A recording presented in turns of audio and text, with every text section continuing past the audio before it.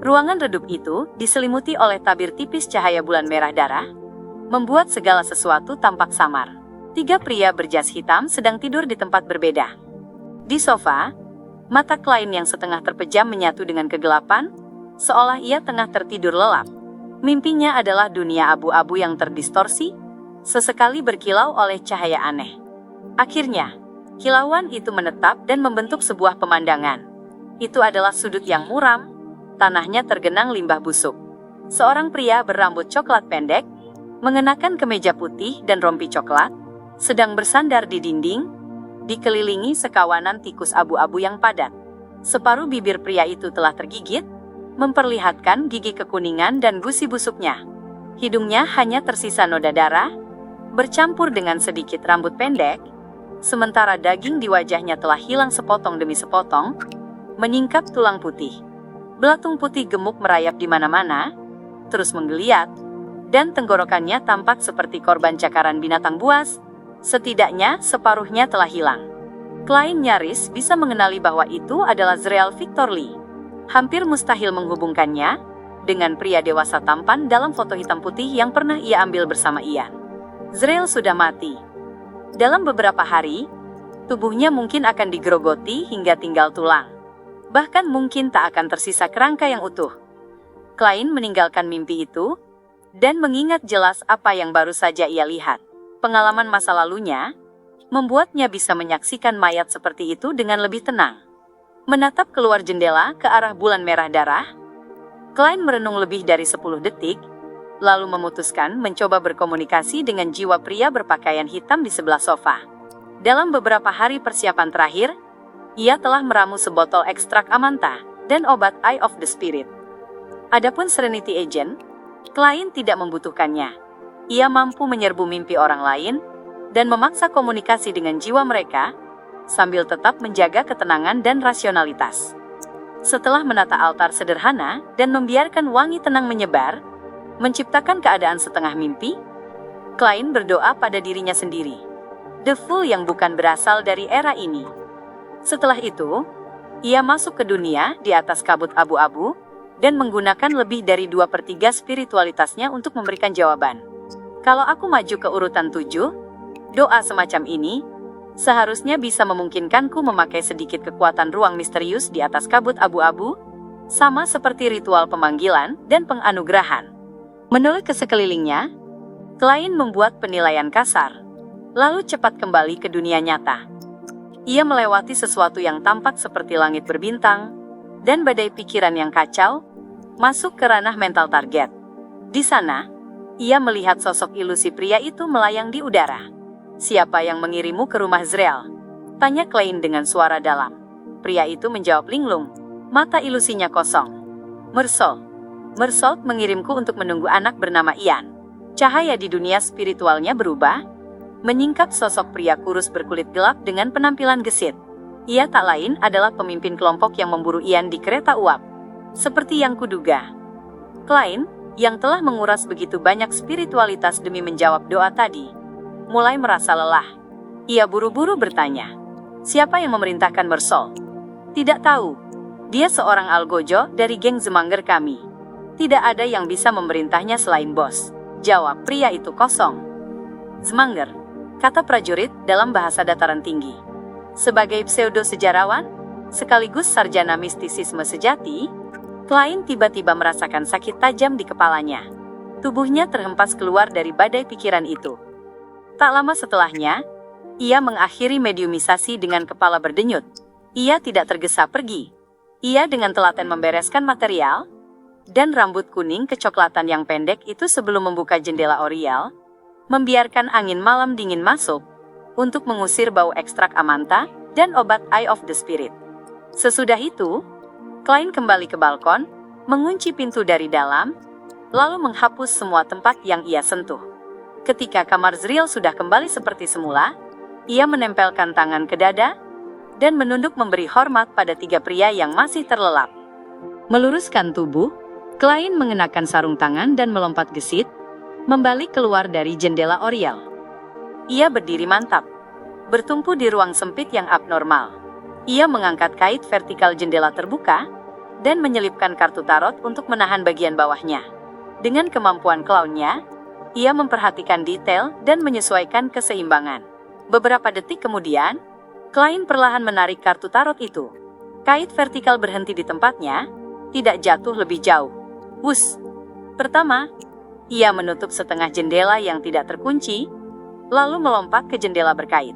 Tangan kanannya menarik ke dalam, menutup sisi jendela lainnya. Gerakan itu begitu cepat, hingga kait tidak jatuh sampai ada getaran, lalu tepat menancap ke lubang pasangannya. Klang! Bunyi yang sulit diredam terdengar, seperti angin kencang menghantam kaca. Klein tahu 3 pria di kamar itu akan segera terbangun. Tanpa basa-basi, ia melompat ke jalan. Baginya sekarang, ketinggian lantai 2 bukanlah bahaya. Hanya saja ia tak bisa benar-benar sunyi saat mendarat, walau tidak menimbulkan suara mencolok. Klein cepat meninggalkan area itu, juga Rose Street, tetapi ia tidak langsung menyewa kereta kembali ke Main Street, Borough Sherwood. Ia berbelok beberapa kali, dan menuju East Borough yang berdekatan. Malam itu dingin, angin menusuk tulang. Klein menggigil, dan menyadari ia butuh sweater tambahan untuk misi mendatang. Ia memutuskan untuk membeli arang dalam beberapa hari ke depan, agar perapian bisa berfungsi dengan baik. Entah berapa lama, ia akhirnya masuk ke East Borough, Backland, meski tanpa peta. Ia sepenuhnya mengandalkan insting. Hanya ada beberapa lampu gas di kejauhan. Andai bukan karena awan gelap tidak menutupi bulan merah darah, banyak bagian jalan itu pasti gelap gulita.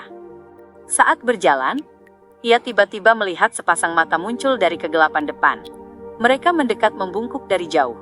Mereka berjalan tanpa suara, datang dari kejauhan samar. Mayat hidup. Klein spontan berhenti, ia meraih Requiem Charm dan kartu tarotnya, lalu cepat mengaktifkan penglihatan roh. Ia melihat aura lemah tak sehat, dan tampak wajah dari banyak sosok itu. Mereka semua manusia hidup, orang normal, pria maupun wanita, dengan ekspresi kaku, mata kosong, dan gerakan lemah. Sudah hampir tengah malam. Kenapa mereka masih berkeliaran di jalan? Bingung. Klein waspada bergeser ke samping, melewati rombongan itu. Namun segera ia berpapasan dengan gelombang kedua, lalu ketiga. Semuanya menampilkan penderitaan di balik kebekuan mereka. Ia sedikit mengernyit, dan ketika hendak bertanya, tiba-tiba terdengar teriakan dari depan. "Bangun! Kalian semua bangun! Bangsat-bangsat! Jalanan dan taman bukan tempat tidur kalian!" Klein terperanjat, lalu istilah Purlau muncul di benaknya. Ia langsung paham. Ia sendiri pernah mengalami hal itu. Klein menghela napas, mempercepat langkah menuju rumah satu kamarnya di Black Palm Street, East Borough. Di sana, ia tidur 2 jam. Setelah memulihkan sebagian spiritualitas, ia keluar lagi, dan mematahkan cabang kering untuk dijadikan tongkat dowsing. Lokasi jasad Zreal. Lokasi jasad Zreal. Setelah berulang kali melakukan ramalan, Klein berjalan lama dengan bantuan rambut kuning kecoklatan itu, hingga tiba di sebuah sudut East Borough, tempat sebuah pintu got berada. 12 tahun lalu, setelah wabah besar, Kerajaan Lowen membangun sistem pembuangan modern di ibu kota, dan langsung melampaui warisan Roselle milik Republik Intis. Menggeser penutup got, Klein menahan napas, dan menuruni tangga logam vertikal. Karena pakaiannya tidak dibuat khusus, ia tak bisa membawa banyak barang. Ia tidak membawa Quillax Oil, yang pernah ia pelajari dari Fry. Klein sangat menyesal tidak membawa minyak penyegar dan penetral bau itu. 10 detik kemudian, kakinya menginjak tanah lengket.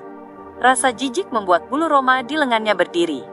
Namun ia hanya bisa bertahan dan terus melangkah lebih dalam ke selokan sepi. Di depan ada percabangan yang cukup tersembunyi. Bau menusuk tajam tercium dari sana. Klein berbalik menuju ujung lorong, di mana ia melihat titik-titik cahaya spiritual dan warna aura padat. Tanpa perlu lilin, ia mengaktifkan penglihatan roh, dan langsung melihat, di sudut gelap itu, ada mayat busuk yang tercabik. Pemandangan itu sama persis dengan yang ia lihat dalam mimpi divinasi. Squeak! Tikus abu-abu yang padat berhamburan, meski sebagian tetap bertahan, enggan meninggalkan makanannya. Setelah memastikan itu Zreal, Klein ragu sejenak, sebelum cepat menyiapkan ritual mediumisasi.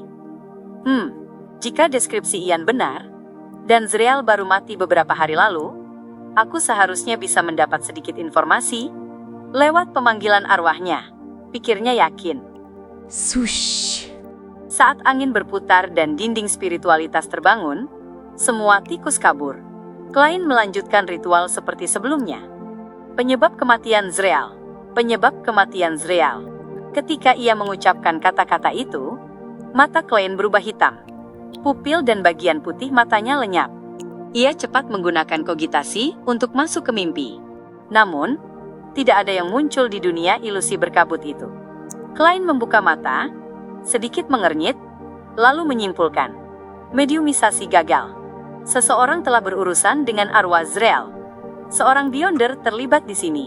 Fakta bahwa seseorang bisa menyamar sebagai Zreal, hingga para detektif tidak menyadarinya, juga membuktikan hal ini. Setelah merenung, Klein mengambil keputusan. Ia harus mengakhiri masalah ini, dan tidak terlibat lebih jauh. Bagaimanapun, ia sudah memenuhi syarat pekerjaan yang dipercayakan padanya. Akan kusuruh Ian memanggil polisi. Gumamnya sambil membereskan material, dan menyingkirkan dinding spiritualitas. Klein mundur dari persimpangan jalan, tanpa menyentuh mayat Zreal. Dum! Dum! Dum! Tiba-tiba, suara bergema dari kejauhan, melalui saluran pembuangan yang kosong. Klein mendengarkan beberapa detik, sebelum dengan tegas mundur menuju pintu keluar, menyusuri jalan beton kotor di kedua sisi saluran air. Tidak ada gunanya mengambil risiko dalam perkara yang tidak melibatkan dirinya. Setelah keluar dari gorong-gorong, Klein menutup penutup besi lubang got. Setelah memastikan bahwa sekitarnya terlihat normal, ia kembali ke kamar sewanya di Isborough dan berganti dari penyamarannya. Kemudian, ia mengenakan kacamata berbingkai emas, berjalan ke jalan lain, naik kereta sewaan, dan kembali ke Sherwood Borough dalam kesunyian dan dinginnya pukul 3 dini hari. Namun, ia tidak kembali ke jalan Minsk. Klein memutar jauh lagi, dan hanya setelah memastikan bahwa tidak ada yang mengikutinya, barulah ia masuk ke rumahnya. Ia tidur sampai fajar, dan terbangun oleh suara bel pintu. Ia segera duduk, mengenakan kemeja, mengancingkan rompinya, lalu bergegas turun ke lantai pertama untuk membuka pintu. Bahkan sebelum itu, kemampuan firasatnya sebagai seorang clown sudah secara alami membentuk bayangan pengunjung di benaknya. Tamu itu mengenakan mantel tua, topi bundar coklat, dan tas selempang lusuh. Ia memiliki mata merah terang, wajah halus, serta temperamen tenang. Tak lain adalah Ian, remaja yang kemarin datang mempercayakan pekerjaan padanya. "Selamat pagi, Detektif Moriarty," sapa Ian sambil menoleh ke sekeliling. "Ada kemajuan?" "Ya, aku hanya bertanya karena kebetulan lewat." Klein mengangguk serius dan berkata, "Ya." Ian tampak terkejut, hingga tidak bisa berkata apa-apa cukup lama. Setelah beberapa saat, ia tergagap penuh keterkejutan. "Apakah Anda sudah memastikan kondisi Tuan Zreal?" "Ya." Klein berhenti sejenak, lalu berkata serius, "Aku menemukan mayat Zreal." "Mayat?" Pupil mata Ian menyempit saat ia mengulanginya dengan suara rendah. Ia tidak terlalu terkejut, seolah memang sudah memperkirakan kemungkinan terburuk. Klein menatapnya diam-diam tanpa menyela. Ian menghela napas, lalu dengan waspada meneliti sekitarnya. "Efisiensi Anda luar biasa. Bisakah Anda membawaku melihat jasad Tuan Zreal?" "Tidak masalah. Sebenarnya, itu memang rencanaku." Klein berpikir sejenak sebelum berkata, "Aku harap kau tidak menyebut namaku saat melapor ke polisi. Katakan saja kau menemukan mayat itu sendiri. Aku yakin kau tahu bagaimana menyusun alasannya." Ian tidak terkejut. Ia tahu tidak semua detektif suka berurusan dengan polisi. Faktanya, kecuali detektif terkenal yang sering memberi saran pada polisi dalam hubungan saling membantu, sisanya sering didiskriminasi, dikucilkan, bahkan diperas. Itulah situasi kerajaan Loen saat ini. Baiklah, Ian setuju dengan mudah. Mengingat mereka akan masuk ke gorong-gorong, Klein berganti pakaian ala kelas pekerja biasa, memakai topi pemburu rusa, dan membawa lentera. Keduanya naik kereta umum menuju Eastborough. Mereka berjalan setengah jam, hingga mencapai pintu masuk gorong-gorong terpencil, di bawah tatapan kosong bercampur niat jahat dari orang-orang sekitar. "Bagaimana Anda menemukannya?" tanya Ian, setengah terkejut setengah penasaran, saat melihat Klein mengangkat penutup got dan turun. Klein menatap area di bawahnya, lalu menjawab santai, "Pelatihan yang terampil mencakup banyak teknik penalaran, penyelidikan, pelacakan, dan interogasi." Ian mengikutinya masuk ke gorong-gorong. Ia mengangguk tanpa menunjukkan rasa jijik. "Anda sepertinya mendapat pelatihan yang sangat profesional." Klein tidak menjawab langsung. Ia membawa lentera yang sudah menyala, dan menuntun Ian ke persimpangan, hingga tiba di sudut gelap. Ia menyipitkan mata saat mendekat. Lebih banyak bagian tubuh Zrael yang hilang, dibanding malam sebelumnya. Sebuah lengan dan separuh tulang rusuknya. Itu bukan sesuatu yang bisa dilakukan tikus. Klein bergumam dalam hati, tanpa memberitahu Ian. Dengan bantuan cahaya lentera, Ian bisa melihat jelas wujud jasad itu. Ia tiba-tiba berjongkok, muntah, lalu memuntahkan cairan kuning hijau. Klein mengeluarkan minyak kulak yang sudah dipersiapkannya, membuka tutupnya, dan mendekatkannya ke hidung Ian. Mata Ian berbinar, dan ia mulai tenang. Hampir 20 detik kemudian, ia berbisik lemah, "Terima kasih." Ia perlahan berdiri, dan kembali meneliti jasad yang termutilasi itu beberapa kali. "Aku bisa memastikan bahwa ini memang detektif Zrael." "Aku turut berduka cita," ujar Klein sopan. "Aku sarankan kau segera memanggil polisi." "Baik." Ian mengangguk samar, sambil mengikuti Klein kembali ke permukaan. Saat itu, Klein menepukkan tangannya. "Inilah akhir dari tugasku. Untuk urusan selanjutnya, itu terserah padamu." Ian terdiam beberapa detik. "Aku masih berutang 3 hal pada Anda. Katakan sekarang kalau Anda mau." "Sejujurnya, saat ini aku hanya bisa memikirkan satu hal," jawab Klein terus terang. "Aku ingin tahu di mana aku bisa mendapatkan pistol dan peluru, tanpa perlu izin senjata resmi." Ian langsung menjawab tanpa berpikir panjang, "Pergilah ke Bravehearts Bar di Jalan Iron Gate, distrik Backlund Bridge. Cari Kaspar Skalinin. Katakan padanya, orang tua yang memperkenalkanmu." "Baiklah, 2 hal lainnya kita bicarakan nanti. Aku merasa kita akan bertemu lagi." Klein mengangguk santai dengan sengaja. Ian menatapnya sejenak, tapi tidak berkata apa-apa. Keduanya kemudian berpisah, menyusuri jalan berbeda di Eastborough. Tempat sepi itu kembali sunyi. Setelah berjalan cukup jauh, Klein tiba-tiba berbalik, melangkah kembali, lalu bersembunyi di sudut terpencil, mengintai pintu masuk gorong-gorong.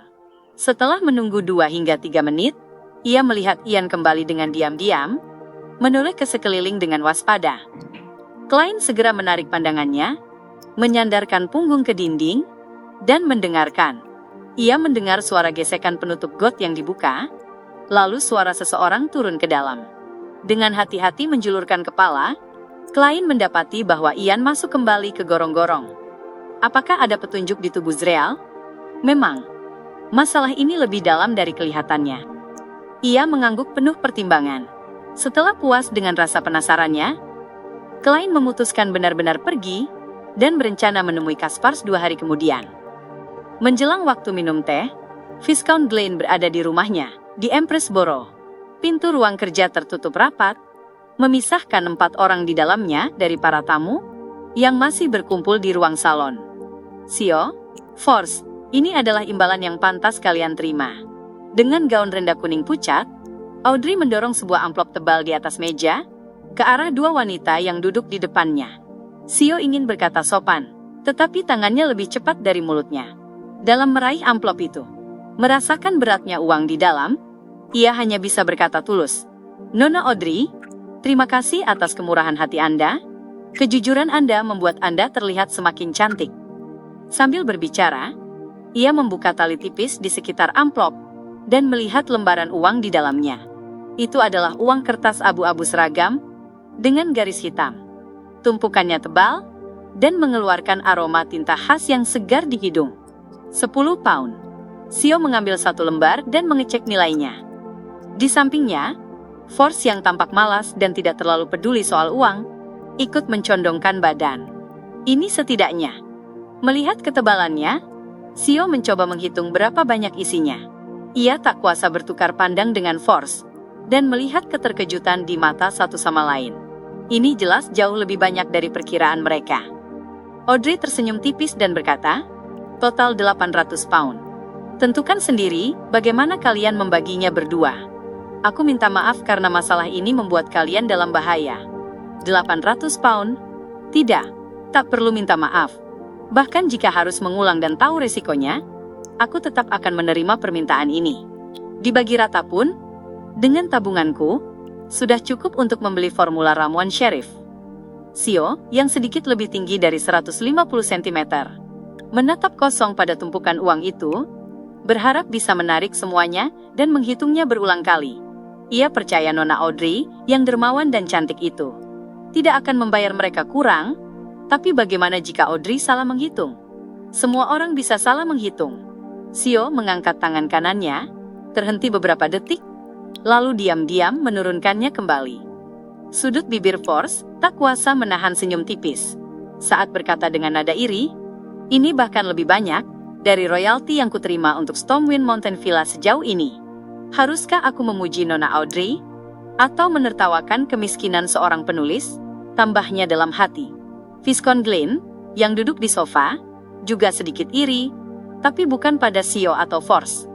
Sebagai seorang bangsawan, dengan kondisi keuangan cukup baik, 800 pound bukanlah jumlah besar. Yang ia iri adalah kemampuan Audrey membagi uang sebanyak itu, tanpa sedikit pun beban. Viscount Glen berdehem, jika kalian bisa mendapatkan formula untuk apotekari, aku juga akan memberimu bayaran besar. Kami akan berusaha semaksimal mungkin, jawab Sio tanpa ragu.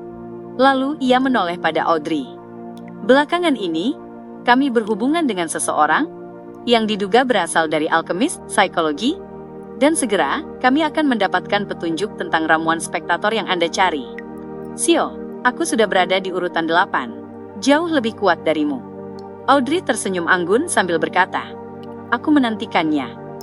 Dengan itu, keempatnya mulai mengobrol tentang berbagai rumor di kalangan Beyonder, sambil meniru Audrey yang mencari buku untuk dibaca.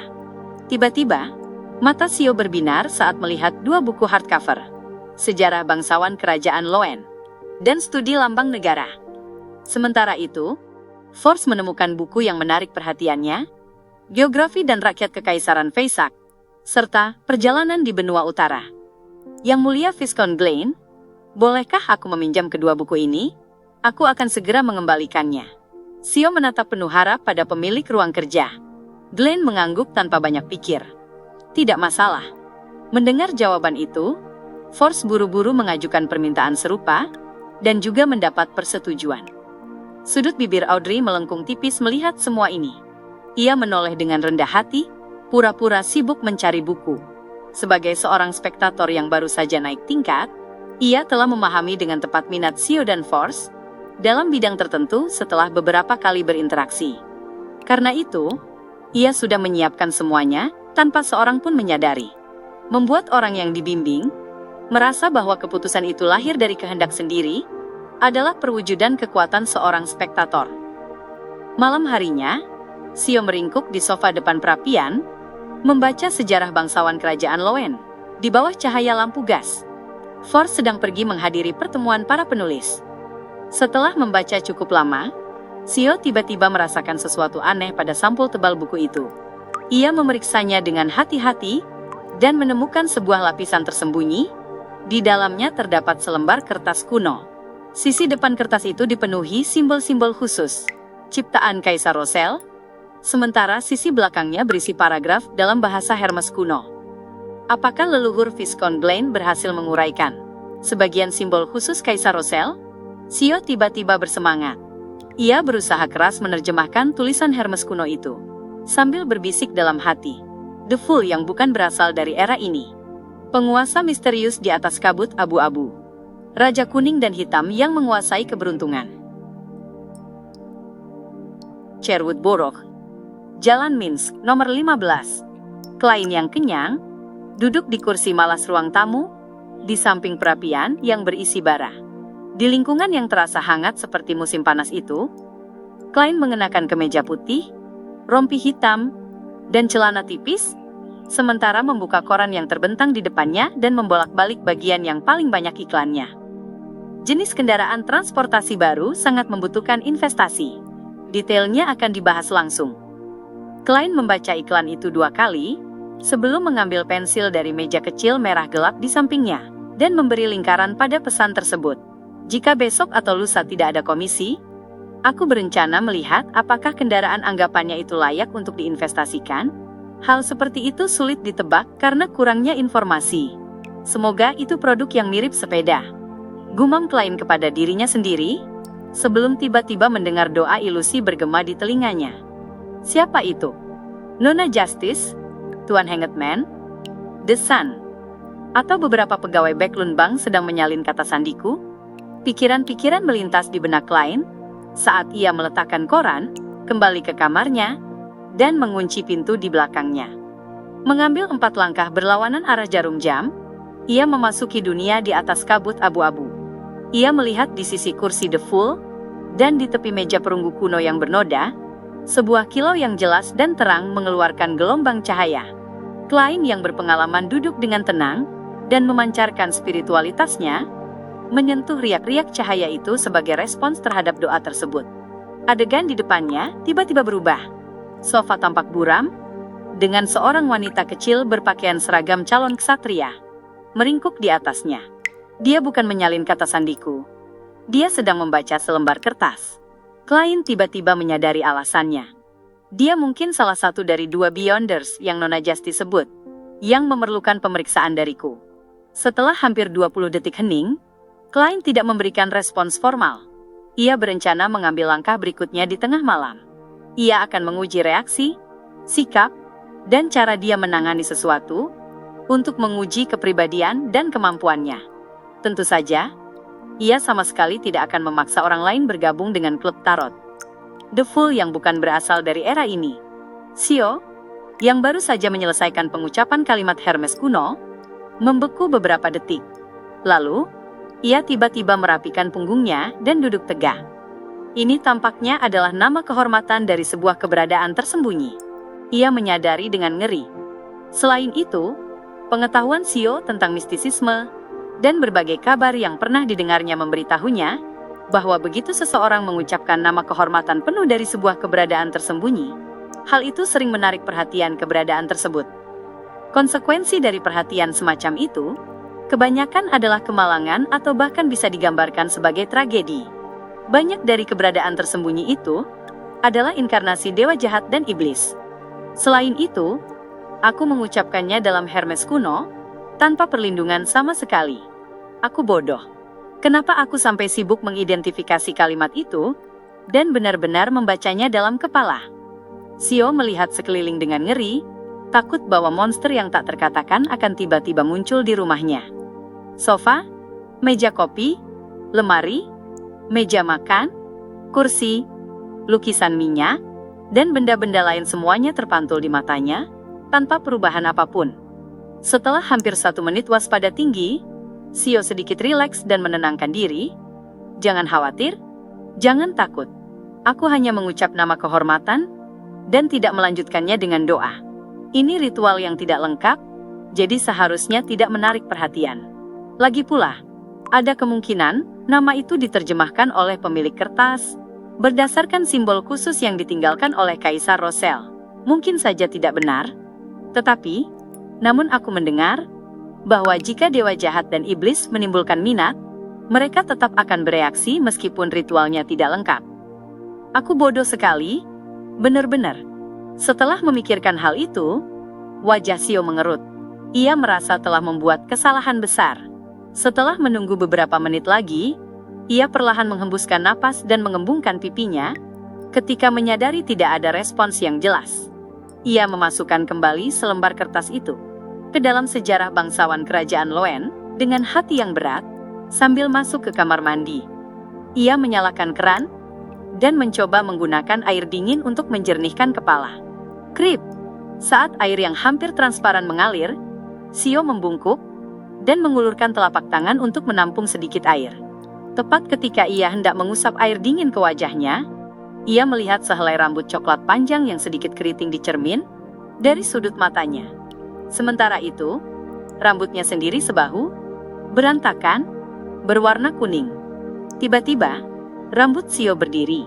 Ia menapakkan kaki ke lantai, dan dengan dorongan tangan, ia melesat mundur, memutar tubuhnya setengah putaran, dan menubruk entitas itu dengan sikunya. Buk!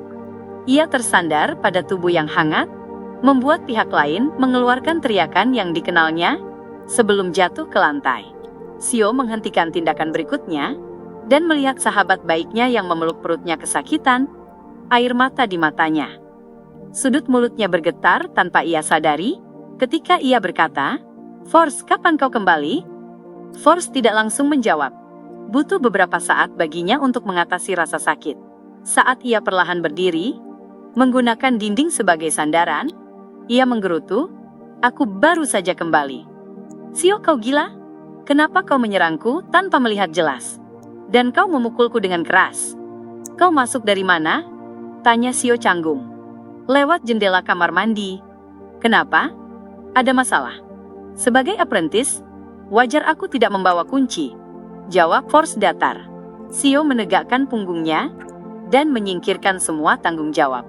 "Lalu kenapa tidak lewat pintu? Kau benar-benar membuatku kaget tadi." Force berkedip dan berkata, "Kalau begitu, aku harus memutar jauh. Terlalu merepotkan. Aku biasa berjalan lurus saja." Ia terhenti dan bertanya curiga, "Namun, bukankah reaksimu agak berlebihan?" Xiao berpikir 3 detik, memilih antara kehilangan martabat atau nyawa, lalu menjawab jujur, "Itu karena aku membuat kesalahan. Kesalahan fatal." "Kesalahan apa?" tanya Force sambil menggosok perutnya, kebingungan dan khawatir. Xiao buru-buru menceritakan seluruh kejadian, bagaimana ia menemukan lapisan di sampul buku, dan menemukan selembar kertas tua di dalamnya. Lalu, ia tak sengaja melafalkan dugaan mantra dalam Hermes kuno secara diam-diam. Apa yang ia ucapkan, tampaknya mengandung nama kehormatan dari sebuah keberadaan tersembunyi.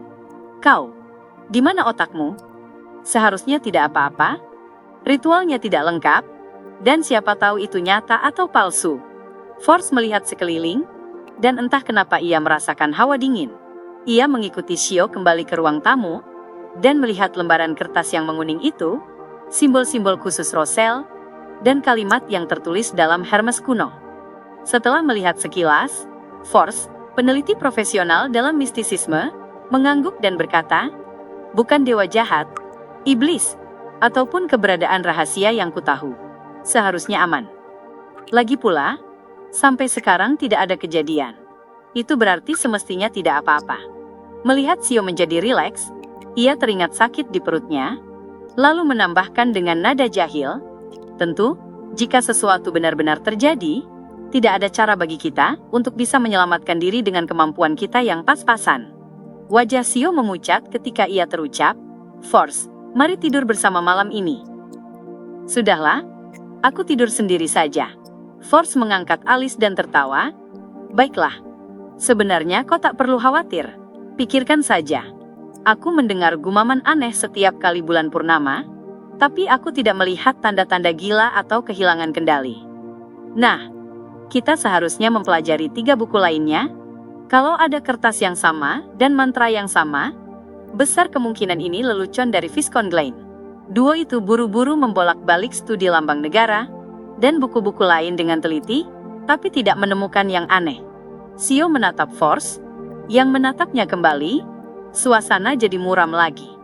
"Kita menyelinap ke ruang utama Katedral Saint Samuel malam ini," Xiao mengusulkan dengan penuh inspirasi. "Itu adalah markas gereja Evernight di Keuskupan Backlund. Kenapa bukan Katedral Saint Hirlen? Aku rasa Dewi Evernight tidak akan melindungiku," jawab Force secara naluriah. "Itu adalah markas gereja God of Steam and Machinery, yang terletak di distrik Saint George, bersebelahan dengan banyak pabrik besar di Tenggara." Kedua gadis dengan iman berbeda itu terdiam lagi, dan setelah beberapa saat, Force menghela napas dan berkata, "Dan itu akan membuat kita menjadi target Nighthawks atau Machinery Hive Mind." Itu mungkin tujuan keberadaan tersembunyi itu. Baiklah, tidur saja. Kita akan tahu jawabannya besok pagi. Jika sampai besok pagi tidak terjadi apa-apa, berarti memang benar-benar aman. Di tengah malam, ketika bulan merah yang separuh tampak tertutup awan, dan bintang hampir tak terlihat di langit Backlund, Klein secara naluriah terbangun, mengangkat selimutnya, turun dari tempat tidur, dan memasuki dunia di atas kabut abu-abu. Ia duduk di kursi tinggi milik The Fool. Ia berencana menanggapi rekan Nona Justice, dan melanjutkan proses pemeriksaan. Saat itu, ia tiba-tiba mendapat ide baru. Mungkin aku bisa mencoba menariknya ke dunia di atas kabut abu-abu, dalam kondisi sekarang ini. Wanita muda itu pasti tertidur, dan meskipun aku berhasil, ia mungkin menganggapnya mimpi yang tampak lebih jelas dari biasanya. Jika berhasil, aku bisa memutus koneksi tepat waktu, agar ia tidak melihat sekitarnya dengan jelas. Setelah berulang kali berpikir, Klein mengulurkan tangan, dan mengetuk lingkaran cahaya yang beriak, untuk membentuk sambungan dengannya. Tiba-tiba Klein merasakan spiritualitasnya memancar deras, menyebabkan ruang misterius di atas kabut berguncang sedikit. Tepat ketika Klein berpikir spiritualitasnya akan terkuras habis, semuanya tenang. Sebuah sosok buram dan terdistorsi muncul di tepi meja perunggu panjang. Dalam lamunannya, Sio membuka mata, mengantuk, dan melihat kabut tak berujung, kursi tinggi kuno, dan sosok gelap yang menatapnya. Klein sangat gembira, dan segera memutus sambungan sesuai rencananya. Bentuk kecil yang buram itu lenyap, tetapi di dalam kabut keabu-abuan, muncul sebuah bintang merah buram yang bersifat ilusi. Klein melihat pemandangan itu dan memastikan satu hal. Selama seseorang melantunkan namaku, aku akan dapat menarik orang itu ke dunia di atas kabut abu-abu. Bintang merah itu adalah simbol koneksi yang stabil. Namun, ada batasannya. Dengan kekuatanku saat ini, paling banyak, aku bisa menegakkan satu sambungan lagi. Berdasarkan pengalaman sebelumnya, spiritualitasku saat ini hanya bisa menarik Beyonders yang berada pada urutan lebih tinggi dariku, dan itu pun tidak selalu berhasil. Ini hanya penilaian awal, jadi seharusnya tidak jadi masalah, jika itu seseorang pada urutan yang setara denganku atau lebih rendah. Pikir Klein. Merasa puas. Tidak perlu baginya memberi respons. Usahanya sudah cukup. Sio terbangun dalam tidurnya. Ia merasa khawatir tentang bahaya potensial, akibat mengucapkan nama kehormatan sejak tadi. Tak lama setelah tertidur, ia bermimpi ruang misterius, dan sosok berkabut abu-abu yang memandangnya dari atas. Mimpi itu begitu jelas, begitu nyata, hingga Sio merasa ketakutan. Ia memandang Force yang tertidur di sampingnya, dan bergetar memikirkan, apakah ini mimpi karena ketakutan, ataukah karena perhatian yang kutarik dari keberadaan tersembunyi, sehingga aku dihantui atau diganggu oleh roh jahat. Ya, akan ada pertemuan Beyonders besok malam. Selain membeli formula, aku perlu menemukan seseorang yang ahli mengusir roh jahat, untuk menyucikanku. Duduk di meja makannya sendiri pada pagi yang berkabut, Klein memecah roti gandum khusus yang ia beli, lalu merendamnya ke dalam susu, memperbaiki cara makannya. Meskipun tubuhnya sudah lama berubah, pencarian dan obsesinya terhadap makanan lezat telah terukir ke dalam jiwanya. Ia sama sekali tak bisa menyesuaikan diri dengan gaya sarapan kerajaan Loen, yang monoton dan berulang-ulang. Ia hanya bisa berusaha sebaik mungkin dengan bereksperimen. Ia mencoba untuk tidak membatasi diri pada roti panggang, roti, bacon, sosis, dan mentega. Ia berusaha keras memperluas batasan dan memperbaiki cara makannya. Misalnya, menambahkan resep baru seperti pastry isi daging babi dari selatan, mie Vienna Potter, dan pastry jagung panggang. Telur ikan dari Kekaisaran Vesak juga tidak buruk, tapi terlalu mahal. Hanya cocok untuk jamuan resmi. Klein menyendok sepotong kecil roti gandum yang sudah dilunakan, lalu memasukkannya ke mulut. Hanya dengan sedikit mengunyah, ia bisa merasakan paduan rasa susu dengan wangi gandum. Rasa setelahnya dari roti itu bahkan lebih manis. Selesai sarapan, Klein meletakkan peralatan makannya, tapi ia tidak terburu-buru merapikan meja. Ia mengambil surat kabar dan mulai membaca. Sebentar lagi aku akan melakukan ramalan. Jika tidak ada hal lain yang perlu dilakukan, Aku akan mengunjungi Tuan Leopard di distrik Saint George, Jalan Sirte, dan melihat apakah kendaraan transportasi barunya layak untuk diinvestasikan. Backlund ini benar-benar besar. Setiap distrik hampir seukuran kota Tingen. Distrik timur bahkan lebih parah. Paling tidak 2 kali lebih besar.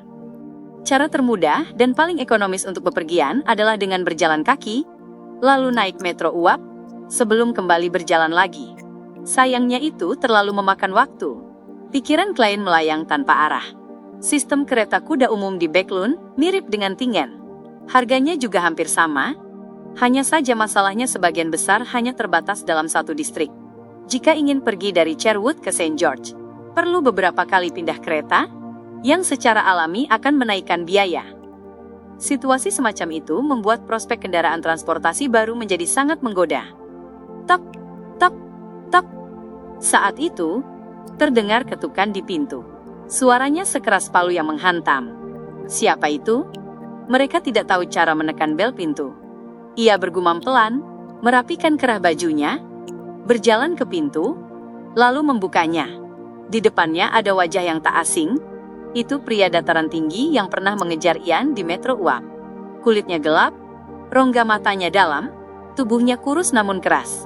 Menurut hasil mediumship Klein, pria itu bernama Myrsol, seorang algojo dari geng Zemanggiar, yang hampir setara dengan sang bos. Permisi, kau mencari siapa? Apa kau punya komisi untuk kutangani? Klein sengaja bertindak seolah agak bingung. Myrsol mengenakan mantel hitam dan topi sutra mencolok, tapi sama sekali tidak tampak seperti seorang gentleman. Ia menatap Klein dingin, lalu bertanya dengan bahasa Loen yang beraksen dataran tinggi tebal, "Apakah kau detektif Sherlock Moriarty?" "Ya," jawab Klein singkat. Myrsol mengangguk kaku. "Aku ingin menyewamu untuk menemukan seseorang. Kita bisa bicarakan detailnya di dalam." Klein menahan diri agar tidak menunjukkan kejanggalan. Myrsol menggeleng dingin. "Tidak perlu." Setelah itu, matanya tiba-tiba menjadi tajam. "Orang yang kucari bernama Ian. Ian Wright. Ia punya sepasang mata merah terang, mungkin berusia 15 atau 16 tahun. Ia suka memakai mantel coklat tua dan topi bundar dengan warna sama. Aku percaya kau mengenalnya." Klein terkekeh pelan. "Aku tidak tahu apa yang kau bicarakan." Myrsol seakan mengabaikan penyangkalan Klein. "Dia seorang pencuri yang telah mencuri barang penting dariku. Jika kau bisa menemukannya, kau akan dibayar setidaknya 10 pound. Kau memberikan terlalu sedikit petunjuk." Klein mencari alasan. 30 pound. Myrsol menaikkan tawaran. Klein meliriknya lalu berkata, "Tidak, itu melanggar prinsip kerahasiaanku." 50 pound, sahut Myrsol dingin. "Maaf, aku tidak bisa menerima misi ini." Klein sempat tertegun 2 detik, tapi akhirnya ia tetap memilih menolak permintaan itu. Myrsol menatapnya perlahan selama beberapa detik, matanya makin dingin dan ganas. Ia tidak lagi memberikan harga baru, juga tidak berpamitan sopan. Ia berbalik tiba-tiba, dan berjalan cepat menuju ujung jalan. Geng ini punya informasi yang cukup bagus. Mereka benar-benar tahu bahwa Ian pernah menemuiku. Klein diam-diam menghela napas, penuh perasaan, tapi ia tidak merasa terlalu cemas atau takut. Bagaimanapun, aku adalah seseorang yang pernah langsung menghadapi putra seorang dewa jahat, meskipun hanya terdinding perut. Saat memikirkannya, senyumnya tiba-tiba menjadi cerah. Ia mulai melempar koin, untuk menentukan apakah hari itu ia akan keluar atau tidak. Jawabannya, ya. Distrik Saint George, Jalan Sirte. Setelah berpindah dari kereta umum berjalur ke metro uap, lalu pindah lagi ke kereta tanpa jalur, Klein akhirnya tiba di tujuan dengan total biaya 11 pence. Begitu ia turun dari kereta, ia mendapati gerimis sudah mulai turun, namun ia tidak membawa payung. Menurut surat kabar dan majalah, hal ini sudah jadi kebiasaan sehari-hari di Backlund. Alasan topi begitu populer adalah karena para pria dan wanita tidak selalu membawa payung. Klein menekan topi setengah tinggi miliknya dan berlari cepat menuju unit 9, menggunakan atap rumah untuk berteduh dari hujan. Ia menepuk-nepuk tubuhnya yang basah oleh tetesan air, lalu menekan bel pintu. Namun, ia tidak mendengar suara kukuk atau dentingan. Apa bel pintunya rusak? Klien hampir mengangkat tangan untuk mengetuk, ketika tiba-tiba ia mendengar langkah kaki mendekat dari dalam. Sosok orang itu segera tergambar dalam benaknya. Seorang pria tinggi, kurus, berambut hitam, dan bermata biru. Usianya 30-an, berpakaian kerja abu-abu kebiruan, tapi tampak lembut dan berwibawa. Krit. Pintu terbuka. Pria itu mengusap dahinya lalu bertanya, "Boleh tahu, Anda mencari siapa? Ada perlu apa?" Klien melepas topinya dan sedikit membungkuk. "Aku datang mencari Tuan Leopard. Aku tertarik dengan kendaraan transportasi barunya." Mata pria itu tiba-tiba berbinar. "Aku Leopard. Silakan masuk." Ia menyingkir memberi jalan. Namun, tidak ada gantungan mantel di ruang depan. Klien hanya bisa menyandarkan tongkatnya dan tetap mengenakan mantelnya. Ia mengikuti Leopard masuk ke ruang tamu. Harus diakui, rumah pria itu sangat berantakan. Di meja kopi ruang tamu saja, berserakan banyak benda mekanik, seperti kunci pas, bantalan, dan obeng. Berapa banyak yang ingin Anda investasikan? Ah ya, mau kopi atau teh hitam? Sepertinya teh hitamku habis. Leopard melontarkan kata-kata terburu-buru. Pria ini agak blak-blakan, sepertinya tidak terlalu pandai bersosialisasi. Sebuah pemikiran melintas di benak klien, lalu ia mengubah kata-kata yang tadinya ingin ia ucapkan. Ia langsung pada inti, "Aku harus melihat kendaraan transportasi barumu sebelum membuat keputusan. Aku tidak bisa berjanji apapun tanpa memahami lebih dulu." Saat berbicara, ia melihat ke sekeliling, dan mendapati sebuah lambang suci segitiga tergantung di dinding. Itu adalah simbol dewa uap dan mesin. Segitiga padat itu dipenuhi simbol seperti uap, roda gigi, dan tuas. Leopard tidak tersinggung dengan ketegasan klien. Ia segera berkata, "Akan kutunjukkan." Baru ia berkata begitu, ia menepuk kepalanya. "Hampir saja lupa, kita harus menandatangani perjanjian kerahasiaan untuk memastikan Anda tidak mencuri penemuanku. Tuan Leopard, ingatanmu juga tidak terlalu bagus." Klien tersenyum dan berkata, "Itu bukan masalah." Setelah menandatangani kontrak sederhana, Leopard membawa klien ke sebuah ruangan yang tampaknya ruang aktivitas. Ia sudah merobohkan dinding kamar tamu sebelah dan basement, membuatnya jauh lebih luas.